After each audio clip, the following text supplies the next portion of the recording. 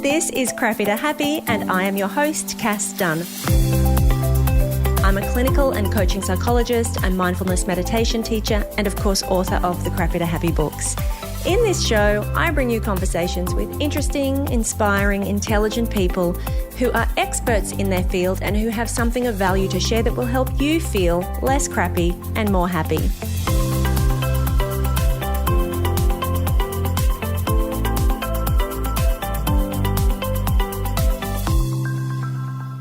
Hello, and welcome to another solo episode of the Crappy to Happy podcast. Today, I want to talk about mindfulness meditation, but before you switch channels because you don't want to hear about mindfulness meditation, what I want to talk today about is when is mindfulness meditation perhaps not the answer? When is it not good for you? And what are some of the circumstances in which it might be really helpful to consider what some of those adverse effects might be? Anybody who knows me knows that I'm a big fan of mindfulness meditation. And somebody asked me last week if I could share with her some resources demonstrating the benefits of mindfulness meditation. She asked me because she was trying to convince somebody else who was skeptical about the practice of mindfulness and meditation.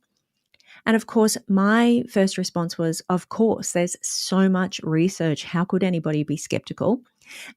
Because I've been practicing and teaching it for so long, and I am really, a huge fan and very familiar with what some of the studies are that have proven the benefits of mindfulness for physical and mental health and improving overall well-being. I'm obviously a huge fan just from the perspective of any kind of behavior change as a therapist and as a coach. I think if we want to make changes to our patterns of thinking and behavior, the ways that we kind of undo ourselves and sabotage ourselves and the old patterns that we repeatedly fall into in our lives, I think we have to start with a level of mindful awareness. That is being able to observe ourselves in the moment, to see what we're doing, to watch what's happening as it's happening with no judgment, to bring that element of curiosity to ourselves in order to be able to pause and choose a different response, to be able to recognize a pattern of behavior is unhelpful and to be able to then choose a more wise response and to be able to do that with kindness and compassion.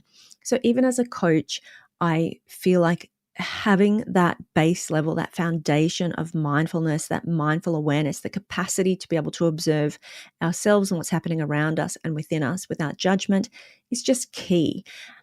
And then when you add to that all of the reported benefits to your well-being, reducing relapse rates of depression, helping you manage stress, anxiety, improved communication in relationships, physical benefits, improved experience of pain, lengthening of telomeres, like reducing signs of aging and illness, thicker gray matter in your brain.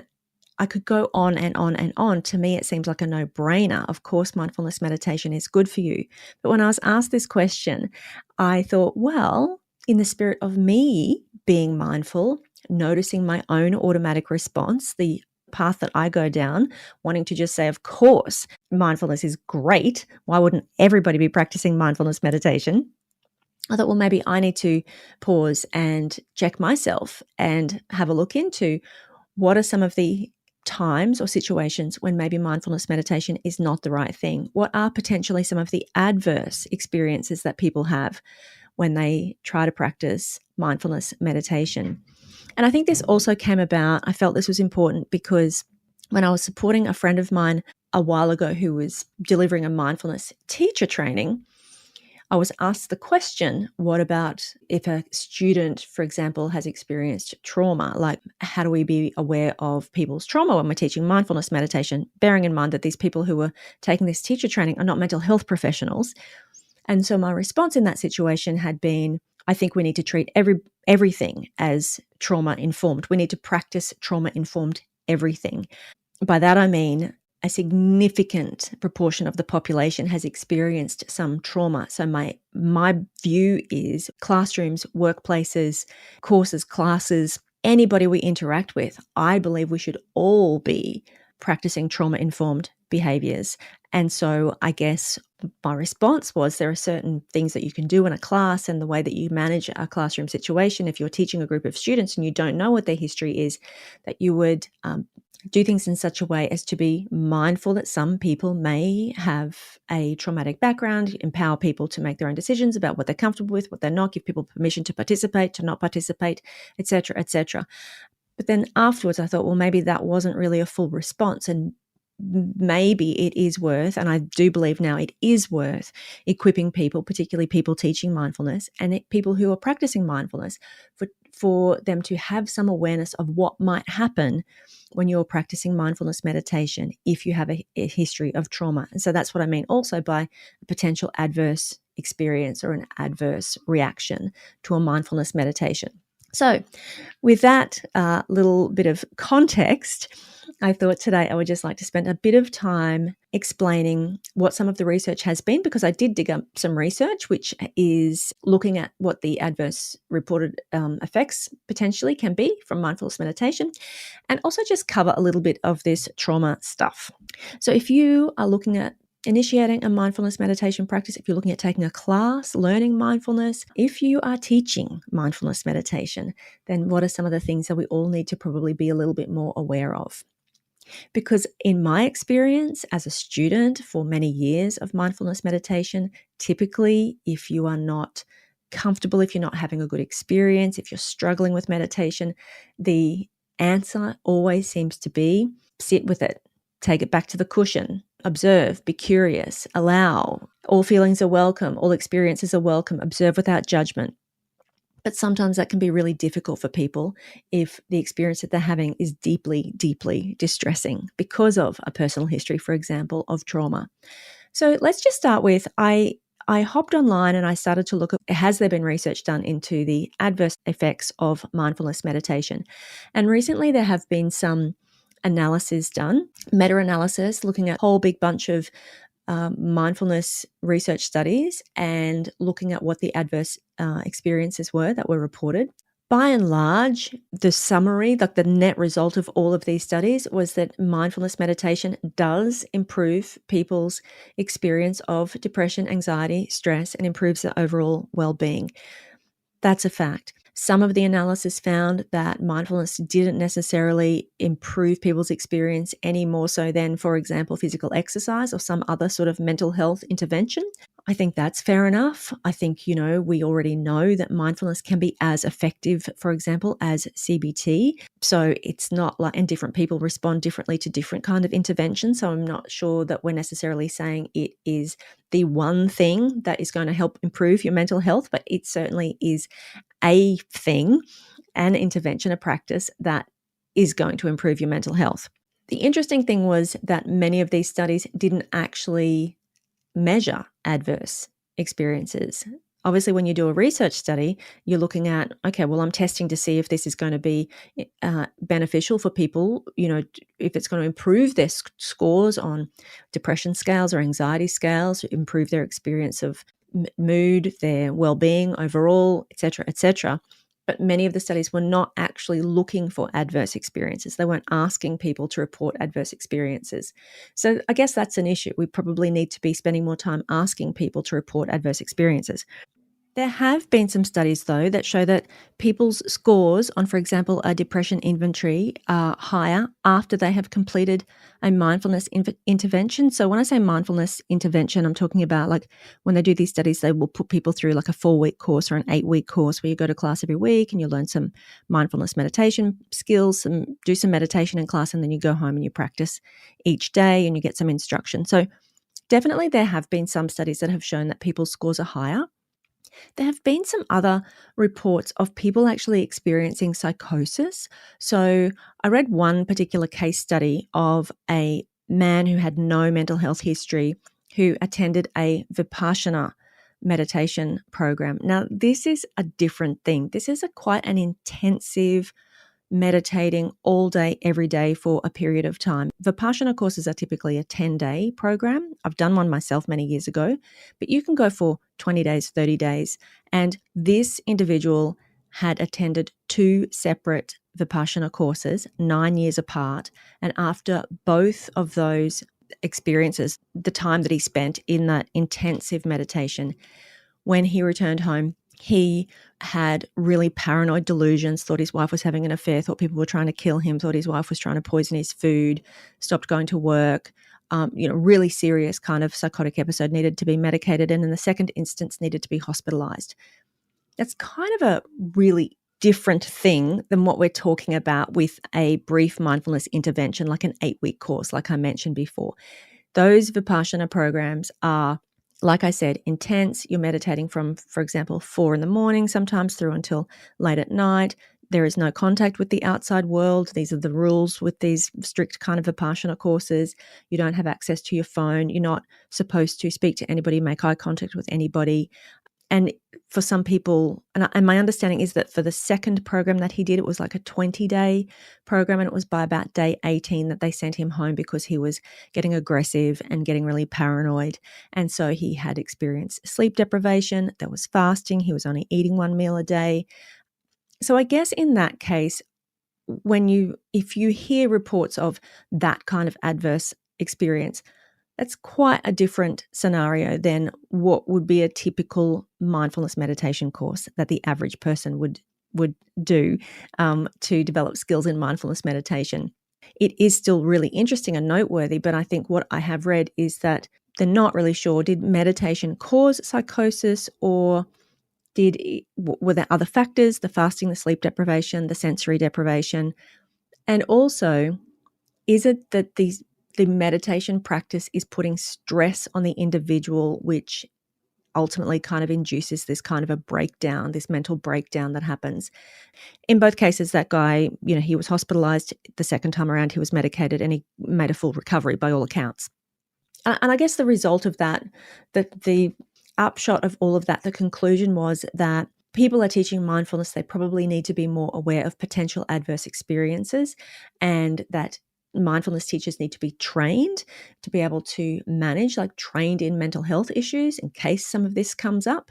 But as a counter argument, I just wanted to make the point that it's really important to be clear about what you define as an adverse experience with mindfulness meditation. Because if somebody reports that they feel more depressed, for example, if somebody reports that they feel more anxious, it could be argued that what mindfulness meditation is, the point of mindfulness meditation is to be more present with what is happening as it's happening, as opposed to distracting ourselves or engaging in unhelpful coping strategies.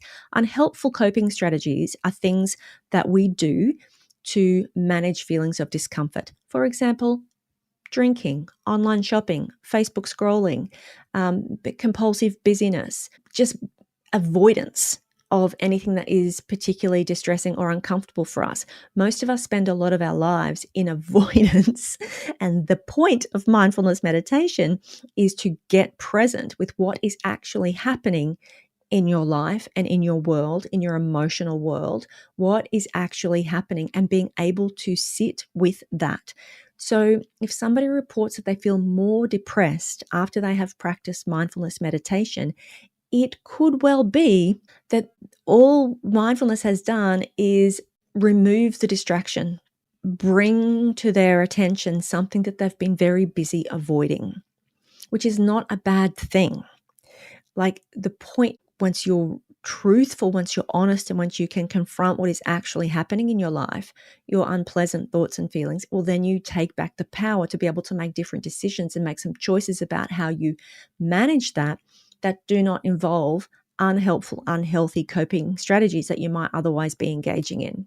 If somebody's talking about psychosis, we have to look at what else is going on, what are the circumstances in which this is occurring, because practicing and sitting for 15 minutes in meditation, 15 to 30 minutes, and focusing on your breath, the idea that would trigger a psychotic episode is difficult to fathom, to be honest, unless there is something dormant that is there, that is, being uncovered. All I would say is that I think if we're going to look at adverse experiences, then we need to really be thinking about what do we class as an adverse experience. Because if somebody just says, I felt more stressed or more uncomfortable, because I was practicing mindfulness meditation. It could well be that somebody's perception of mindfulness was that it's this relaxing, calming thing. I'm just going to close my eyes and chill out and go to my happy place.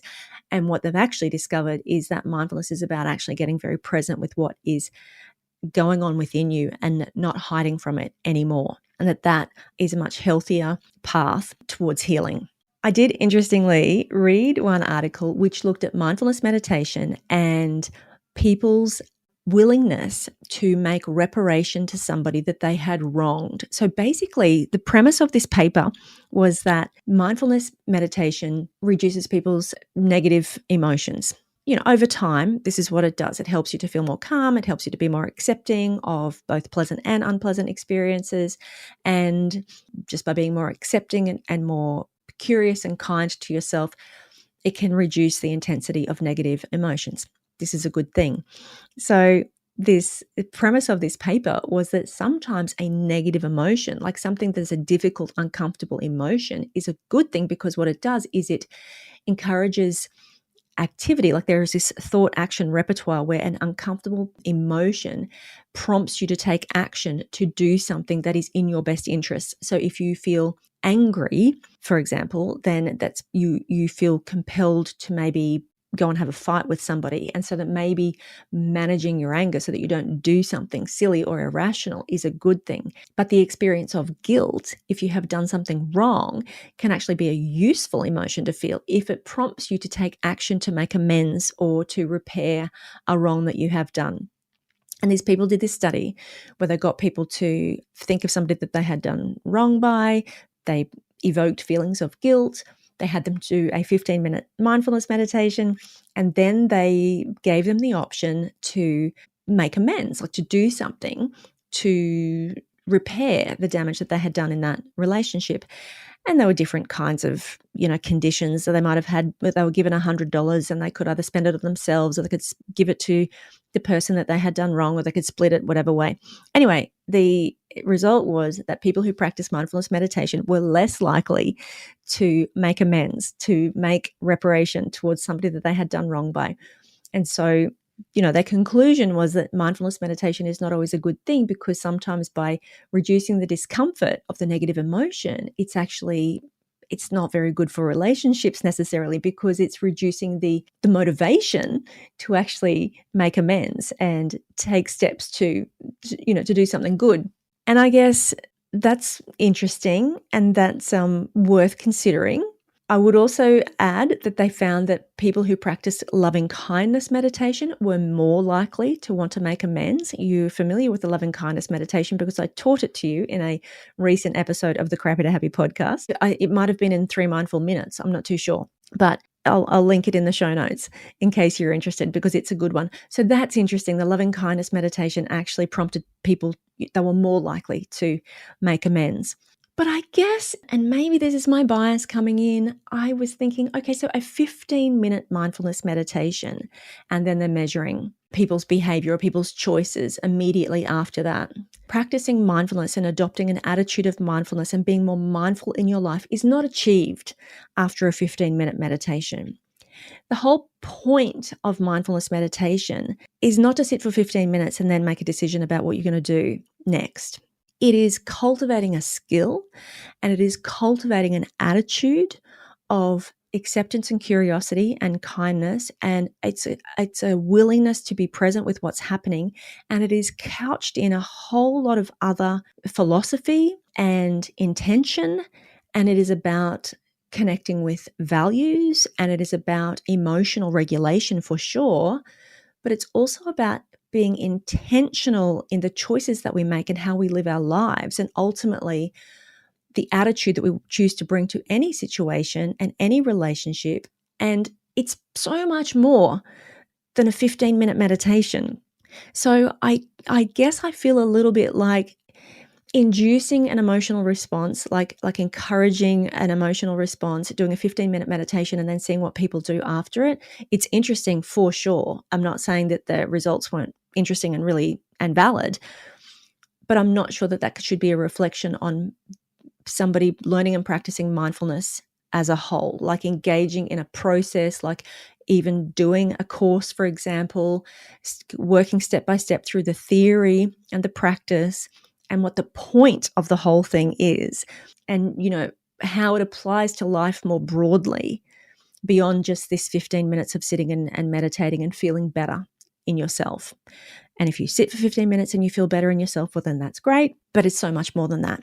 So I came on here to talk about the adverse experiences or the adverse effects of mindfulness meditation. And I think I keep bringing the counter argument and sticking with my original position, which is that it's good for you and that you should do it. But let's talk about trauma, because certainly some people who have had a history of trauma are going to find it very uncomfortable to sit in mindfulness meditation.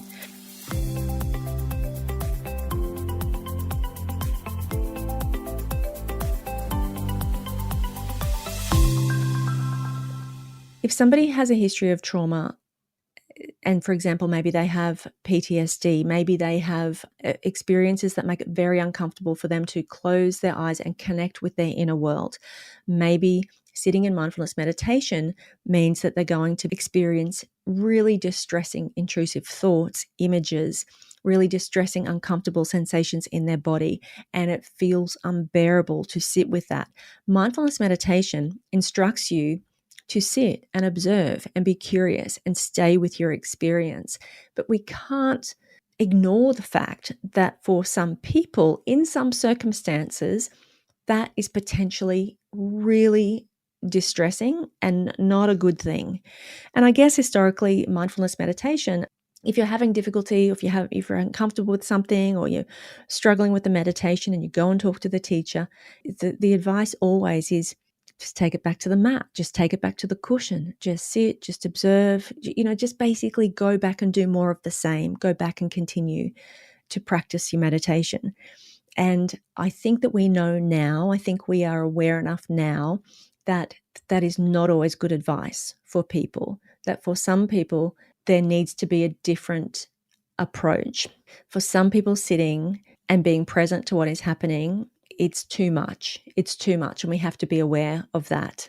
And what can happen is if somebody has, for example, been referred to mindfulness meditation because they're experiencing anxiety or they're having difficulty, they're struggling, and there is this history of trauma, and somebody with the best of intention, even a GP, for example, or a psychologist has said mindfulness meditation could be helpful, when that person doesn't benefit from that, or when people already come to mindfulness meditation and feel like they're not doing it right, or it's not going to work for them or whatever. And when they have that difficult experience or that adverse experience and the teacher's response is just stay on the mat, then that can really undermine people's sense of confidence in themselves, their faith in the practice. For people who have already been disempowered, it can just feel even more disempowering.